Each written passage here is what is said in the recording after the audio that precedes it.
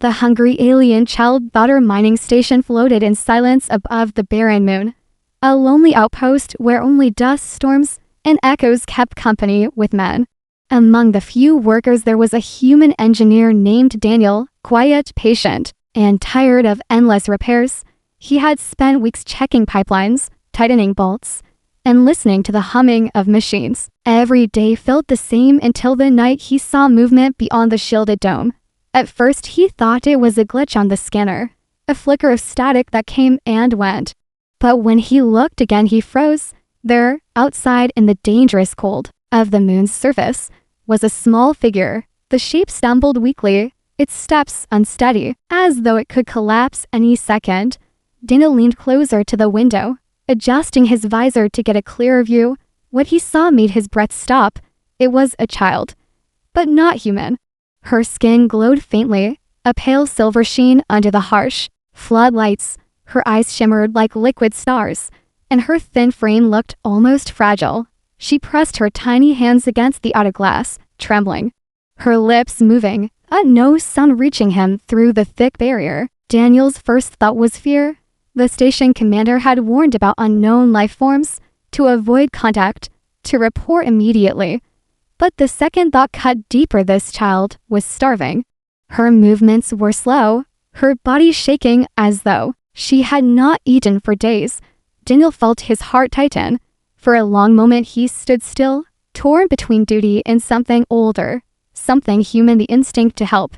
The child's eyes met his, and in that gaze he saw desperation, not the gaze of a monster, not an enemy, but a living soul crying silently for mercy. Daniel turned away, cursing under his breath. He knew the rules. Feeding or sheltering alien life without permission was a crime that could end his career, maybe even his freedom. But as he looked back at her small hands on the glass, he knew he could not walk away. That night Daniel smuggled a small Russian pack from the kitchen. He timed his move when the guards were on the far side of the dome. Slipping through a maintenance hatch, he crawled into the service corridor leading to the outer lock. His heart pounded. Every shadow felt like a camera watching him, every sound like footsteps closing in. When he finally reached the lock, he opened the small emergency drawer, where outside food could be left without exposing the station's air. He placed the ration pack inside and pressed the release. The child flinched at the sudden hiss, then stared at the package with wide, glowing eyes.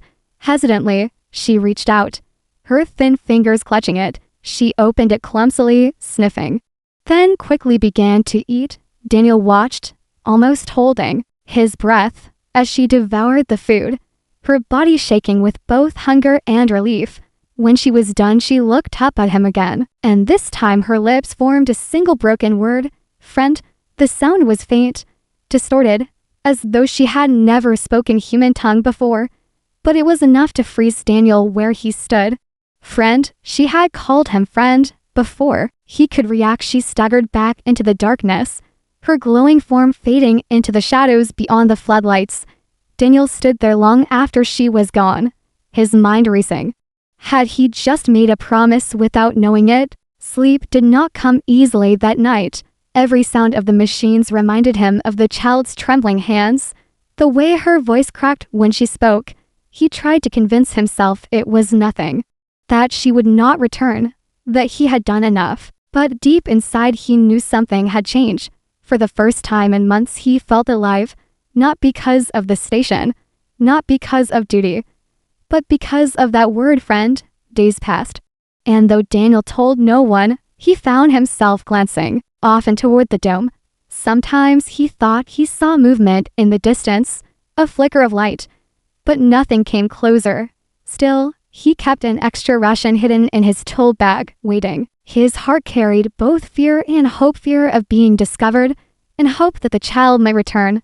The memory of her glowing eyes lingered like a secret fire in the cold emptiness of space. And though Daniel did not know it yet, the simple act of feeding a hungry alien child had already begun to shape a future larger than he could ever imagine. A future that would test humanity itself. A future that would bring her back. Not alone, but with someone far more powerful. But that was still to come. For now, The moon's silence returned, broken only by the faint echo of a word whispered across to world's friend. The returned mining station never slept, its corridors always buzzing with machines and tired workers. Daniel tried to focus on his daily repairs, but his thoughts often drifted to the memory of the silver-skinned child. Weeks had passed since that night, yet her glowing eyes still haunted him. He had almost convinced himself it was over, that maybe she had gone back to her people. But deep inside, he kept a hidden ration pack in his locker, waiting for a night when she might return. Then, without warning, the station's alarm shattered. The silence, red lights flashed, sirens wailed, and the intercom boomed with urgency. Unidentified vessel approaching. All personnel to defense stations. Daniel froze, his heart pounding. He rushed to the observation deck with the others. Through the vast glass panels, they all saw an enormous shadow moving across the stars. The vessel was unlike anything they had ever seen. It was sleek, organic in design, glowing faintly, with pulses of light that rippled like breathing skin. The military officers barked orders, weapons powered up, and defense shields activated. Fear spread among the workers. No one knew if this was a raiding fleet or an alien warship. Daniel, however, felt something different. A strange sense of recognition stirred in his chest. The ship docked with terrifying precision, latching onto the station like a predator's claw. The airlock groaned as it adjusted. And then the doors hissed open. Soldiers raised their rifles. Commanders shouted warnings. Everyone waited, tense, every second dragging like an eternity. From the misty airlock, a small figure stepped out. Gasps filled the room. Daniel's breath caught in his throat. It was her, the same silver-skinned child he had fed, her glowing eyes bright and alive. But this time she was not alone. Her small hand was wrapped in the hand of a towering figure. The mother, she was immense. Her body covered in strange living armor that shifted and shimmered as though alive. Her face was carved with strength, her glowing eyes sharper and colder than her daughter's. The atmosphere in the room grew heavy as she stepped forward, each stride making the floor groan beneath her weight. Station guards took aim, fingers trembling on their triggers. The commander shouted warnings in 3 languages, demanding the aliens state their purpose. But the towering mother ignored them all. Her gaze scanned the room until it stopped, locking directly onto Daniel. Daniel felt his chest tighten as her alien eyes bore into his. He wanted to step back, to hide among the others, but his body refused to move. The child tugged gently at her mother's arm, pointing toward him. Then, in a soft but clear voice, she spoke the word that no one else understood. But Daniel, friend, the mother's head tilted slightly, her armored form towering like a mountain of living steel. She moved forward, and every soldier raised their rifles higher, ready to fire at the slightest motion. But instead of striking, the mother extended one clawed finger and pointed directly at Daniel. Her voice came, low and resonant, like thunder rolling inside metal walls. "Why?" she demanded in broken English, her tone sharp as a blade. "Why did you feed my child?" The commander barked orders. Confused and terrified, Daniel's throat went dry. Every eye in the chamber turned to him, the choir engineer who had broken the rules. He opened his mouth, but no words came out, only the weight of that single question pressing on his soul. The mother took another step closer, the floor vibrating under her armored boots. Her daughter clung to her leg, but never looked away from Daniel. "Answer?" the mother thundered, her eyes narrowing. The silence in the room was unbearable. Finally, Daniel spoke, his voice shaking. "She was starving," he whispered. "I couldn't let her die." A murmur rippled through the humans, disbelief mixed with fear. The child's glowing eyes softened, her lips curling into the faintest smile. The mother's expression, however, was unreadable, her sharp gaze flickering with something more than anger. She looked at her daughter, then back at Daniel. Her next words chilled the room. "My child lives because of you," she said slowly. For that, a debt must be repaid. No one knew what she meant, and tension grew thicker with every heartbeat. The commander stepped forward, demanding answers. But the mother's attention never left Daniel. The silence stretched. Heavier and heavier, Daniel realized with dread that this was not the end, but only the beginning. And as the alarms faded and the soldiers lowered their weapons ever so slightly, Daniel understood one thing. The hungry alien child had not only returned. She had brought something far greater with her, a presence, a force, and a future he could neither predict nor escape. Whatever debt her mother meant to repay, it would change his life forever. The mother's off-earth chamber was silent, thick with fear and tension. Soldiers gripped their rifles. Commanders whispered into comms. And every worker kept their eyes fixed on the towering alien mother. She stood like a living fortress, her silver armor pulsing faintly as though it had a heartbeat of its own.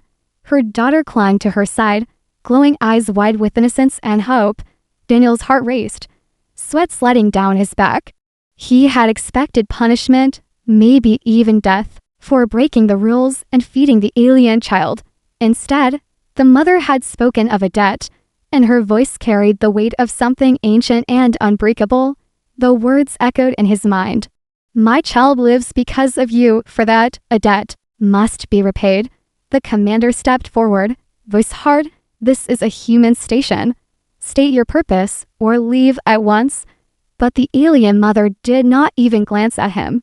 Her gaze was locked on Daniel, sharp as blades. Unwavering, she took one step closer, and the floor panels groaned beneath her weight. The humans flinched, fingers twitching near triggers, but no one dared fire. Her daughter tugged her arm again, pointing at Daniel, and whispered in her own language. The sound like music mixed with static. The mother tilted her head, then finally spoke in broken but steady English. You saved my daughter's life, she said, her tone heavy with respect. In my people's law, life debt cannot be ignored. Daniel swallowed hard, confused. What does that mean? He asked softly. The mother's eyes burned brighter. It means my clan is bound to protect you, even if it costs us everything. The chamber filled with murmurs. Humans exchanging nervous looks. Protection from a race they had barely understood. Was this an honor or a curse? But before anyone could question further, the mother added words that froze Daniel's blood. My daughter, she said firmly, has chosen you. Daniel blinked, not understanding. Chosen me for what? He asked, voice trembling. The mother's next words struck like a thunderclap. As her bondmate, the room erupted. Soldiers shouted, commanders yelled into their radios, and the workers gasped in disbelief. Bondmate, the meaning was clear even across language. Marriage, union, a tie deeper than friendship, deeper than alliance. Daniel stood frozen, unable to breathe. The child looked up at him with her glowing eyes, unafraid, as if the idea was natural. Her small hands reached toward him, not in hunger this time, but in trust. Friend, she said again, her voice clearer than before. Daniel's mind reeled. He had offered food, nothing more. Yet here was a child who saw him as something greater, and a mother who demanded that bond be sealed. The commander barked. This is impossible. No human will be forced into alien rituals. You will leave at once. But the alien mother's eyes narrowed, and for the first time her voice turned sharp as lightning. If bond is refused, then insult is given. If insult is given, then war will come. Silence. Her words cut through the chamber like blades. The humans fell quiet, realizing the weight of the situation. This was no small matter, no casual offer. This was the beginning of a choice that could bring peace or ignite a war that humanity could not survive. Daniel felt the eyes of everyone on him. He wanted to protest, to say this was madness. But when he looked down at the child, something inside him cracked. She was smiling faintly. Not with hunger or fear, but with warmth. She believed in him, trusted him, as though his small act of kindness had made him more than human in her eyes. He looked back at the towering mother, her sharp face unreadable, but her voice steady. In my people's ways, my daughter chooses, and she has chosen you, she said. Refuse, and you shame her. Shame me, shame our clan." Her armor shifted. With a low hum, her presence filling the chamber like thunderclouds before a storm. "Accept, and you gain not only her, but us." Daniel's throat felt dry, his chest heavy. He had come here only as a worker, an engineer, fixing broken machines and trying to live quietly. Now he stood at the center of a decision that could change humanity's future. The child's small voice echoed again in his mind. "Friend." The commander barked into his comms, calling Earth for orders. Voices argued across the channel, diplomats and generals demanding answers. But nothing could change the fact that at this moment, the decision was staring directly at Daniel, the child's hand reaching for his, the mother's eyes demanding respect, the future waiting in silence. And deep inside, Daniel realized this was no longer about rules or duty. This was about humanity, about what it meant to reach beyond fear and into the unknown. The hungry alien child he once fed was no longer just a secret in the dark. She was a bridge. And her mother was offering more than he could comprehend. As the chamber's tension grew unbearable, Daniel understood one truth. Whatever he chose next, the fate of two worlds would follow. Humanity's Gambleith chamber was thick with silence. The alien mother's words still hung in the air like thunder. Her daughter had chosen Daniel as her bondmate, and refusal could mean war. The humans stood frozen, their weapons lowered, but their fear rising with every passing second. Daniel felt the weight of 1,000 eyes pressing on him. The commander glared. The soldiers whispered. The workers held their breath. Across the comms, Earth's council demanded answers, their voices sharp and panicked. But no one in the chamber mattered as much as the two figures before him. The child, glowing softly, and her mother, tall as a mountain, waiting. Daniel's voice was barely a whisper. "I never asked for this." The mother tilted her head, her armor shifting like living metal. "No one asks," she said. "But fate chooses." Her daughter tugged at Daniel's arm, her small hands trembling, but her eyes full of trust. "Friend," she said again, her voice more human than before. It pierced him deeper than any order or command could. The council's voice crackled through the speakers. "Engineer Daniel, you will not speak further. This is a matter for Earth to decide." But the alien mother's eyes narrowed. "No," she said, her voice cutting through the chamber. "This is not Earth's choice. This is his." The commander shouted back. Humanity does not bend to alien demands. But Daniel saw the truth in her glare. If he refused, if he insulted her people, then humanity would not face negotiation. It would face annihilation. The silence in the chamber grew heavier, every heartbeat a drum of destiny. Daniel closed his eyes for a moment. He thought of the night he first saw the child, starving and trembling outside the dome. He thought of her small hands clutching the ration pack, her voice struggling to say, "Friend." He thought of the humanity in her eyes, the same spark that lived in him. When he opened his eyes again, he knew his answer. "I accept," he said quietly. Gasps filled the chamber. Voices erupted in disbelief. The commander cursed. The council screamed through the comms, but the child's face lit up with joy, her glowing eyes bright as stars. The mother's expression finally shifted, not softer, but respectful, her towering form bowing slightly. "In our ways," she said, "Bond is life, Bond is strength, Bond is future." Her words echoed with power. "From this moment, your people and mine are tied." The commander barked. "This is madness. One man cannot decide for all of humanity." But the mother straightened, her presence overwhelming. "One man has already decided," she said. "When you fed my child." Daniel stood silent, his heart pounding. He felt the weight of humanity on his shoulders, but also something else, a strange sense of hope. The child reached up, slipping her hand into his, her skin cold and glowing faintly. The soldiers lowered their rifles completely now, unsure if they had just witnessed peace or the beginning of the strangest war in history. Earth's council shouted through the comms, arguing, demanding, panicking. But Daniel could barely hear them anymore. all he could feel was the small hand in his, and the piercing gaze of her mother watching him with sharp, unreadable eyes. He knew the council would not forgive this, and the station would never be the same. But he also knew something larger had begun, something that could not be undone. That night the station's records marked the event simply as first contact negotiation, but to Daniel, it was something else entirely. It was the moment when kindness had crossed the stars, the moment when a single act of mercy had reshaped destiny. The hungry alien child he fed had returned, not just with her mother, but with a future where one man's humanity became humanity's gamble. As the alien ship prepared to depart, the mother gave Daniel one final look. "We will return," she said. Her voice was neither threat nor promise, it was truth. The child squeezed his hand once before stepping back onto the ramp, her glowing eyes never leaving his. "Friend," she whispered one last time. And then they were gone, the ship fading into the endless stars. The chamber was left in silence.